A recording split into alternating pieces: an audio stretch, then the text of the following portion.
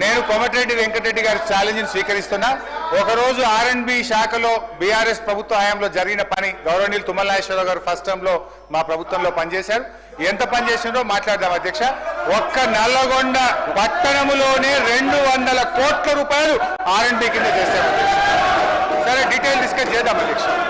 ఇకపోతే అధ్యక్ష ఫైనాన్స్ సంబంధించి గౌరవనీయులు భట్టి గారు నేను అరే ఆగండి భాయ్ హరీష్ రావు గారు సార్ ఒక 15 నిమిషాలు అధ్యక్ష నేను కూడా ఇంటర్వ్యూని అవుతున్నా. మీరు అన్నారు కదా మొత్తం రాష్ట్రంలో ఊరు నుంచి మండలకు మండలం నుంచి డిస్టిక్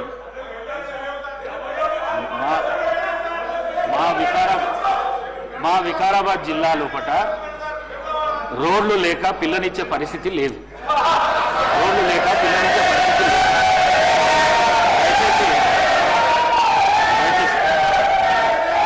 అధ్యక్ష ఇది అన్నిటి కూడా డబుల్ రోడ్లు అయినాయి. నేను ఛాలెంజ్ అధ్యక్ష రాజీనామా చేస్తాను.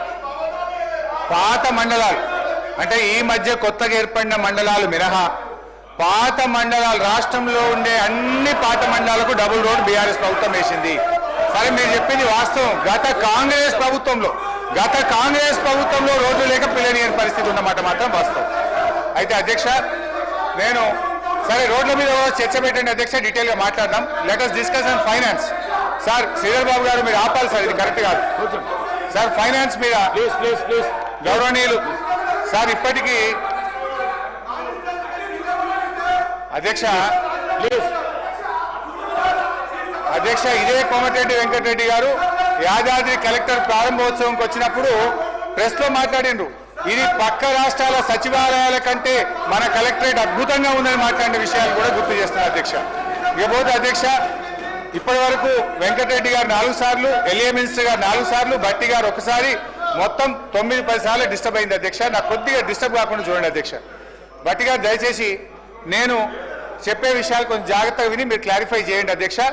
ఫైనాన్స్ డిపార్ట్మెంట్లో ఇది statement of physical policy to be laid on the table of the Telangana state legislature.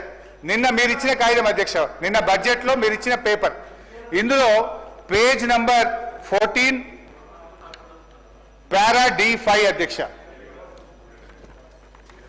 ఇది అధ్యక్ష ఒకసారి చూసుకోండి అధ్యక్ష.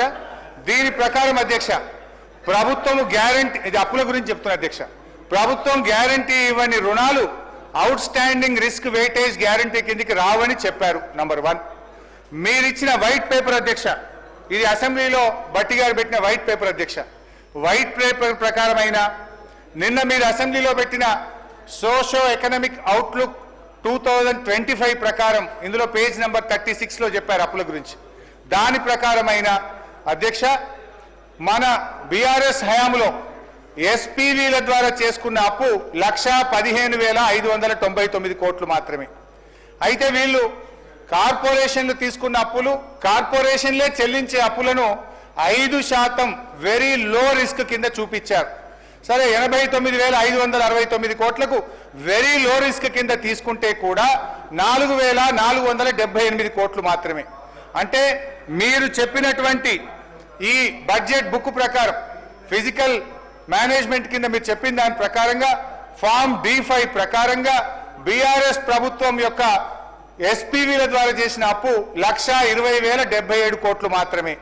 ఇకపోతే బీఆర్ఎస్ 5 ఏళ్ల కాలంలో చేసిన FRBM అప్పు 3,01,897 కోట్లు. అంటే దీనికి కార్పొరేషన్ అప్పు కూడా జత చేసి